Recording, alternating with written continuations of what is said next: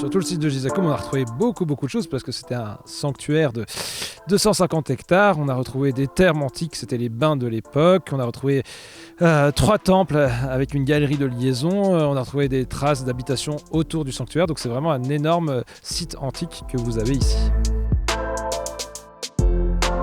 On est dans le théâtre gallo-romain de Gizakoum, un théâtre de 10 000 places qui accueillait les spectateurs et les utilisateurs du sanctuaire. Là, on a retrouvé les vestiges, les soubassements et quelques gradins du théâtre antique, là où étaient faites des pièces de théâtre et des pièces de mime vers 100 et 200 après Jésus-Christ. C'était les ancêtres des Zolerques et Burovis, la tribu gauloise qui vivait dans le département de l'Eure, avec après la conquête romaine, du coup on imagine quelques Romains et quelques autres habitants de l'Empire. Est-ce que Gizakoum s'appelait vraiment Gizakoum? On n'est pas sûr à 100% du nom de Gizakoum, ça vient d'inscriptions mais qui parlent d'un dieu qui s'appelait Gizakous, mais on ne sait pas si le lieu-là s'appelait Gizakoum.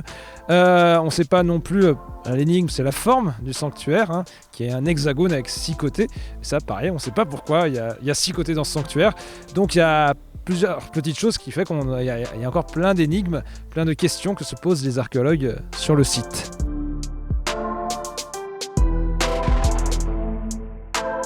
Vu que Gizakoum est une ville religieuse, si on prend une journée de fête religieuse, les citoyens qui viennent à Gizakoum ou qui résident à Gizakoum vont d'abord passer au terme, se laver, mais en fait purifier leur corps avant d'aller au sanctuaire honorer les dieux et ensuite finir leur journée dans le théâtre de Gizakoum pour assister à un spectacle en l'honneur des dieux. Comme on est dans une ville religieuse, tous les monuments publics ont une fonction religieuse en plus de leur fonction principale, comme les thermes par exemple, leur fonction principale étant de se laver.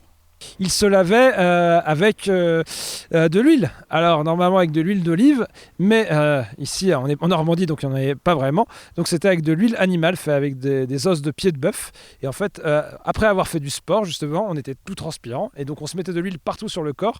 Et du coup l'huile collait à la saleté et après on prenait une sorte de racloir, ce qu'on appelait un strigile, pour se racler la peau pour enlever en fait l'huile et la saleté ensemble. Et l'eau ça servait juste à se rincer après.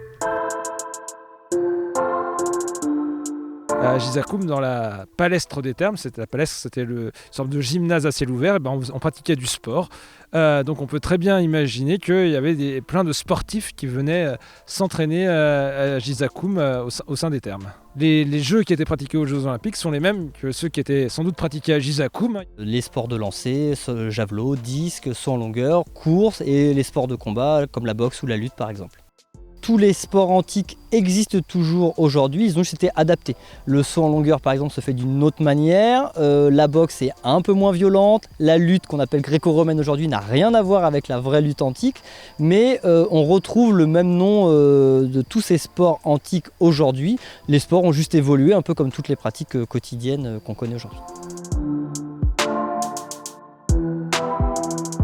Alors les Jeux Olympiques, on remonte dans l'Antiquité grecque dans un premier temps, qui ont été créés donc, il y a de nombreuses années maintenant, au 8e siècle avant Jésus-Christ, qui ont perduré pendant toute l'Antiquité où tous les peuples gréco-romains venaient participer. Les Jeux Olympiques apportaient une période de paix en fait. Dans la culture grecque puis romaine, on va stopper les conflits qui ont lieu pour participer à ces différents sports. Et en fait, on va s'affronter sans mort autour de différents sports, les sports qu'on connaît encore aujourd'hui qui ont un peu évolué.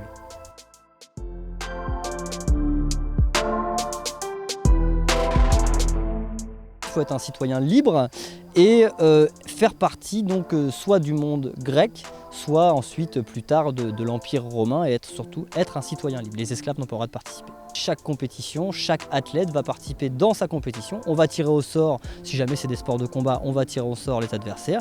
Et puis sinon, si c'est des sports de lancer, chaque athlète va faire son lancer l'un après l'autre. Et il y a un champion par catégorie. On n'est pas comme aujourd'hui, premier, deuxième, puis troisième. On est champion. Il n'y a que le champion qui va être couronné.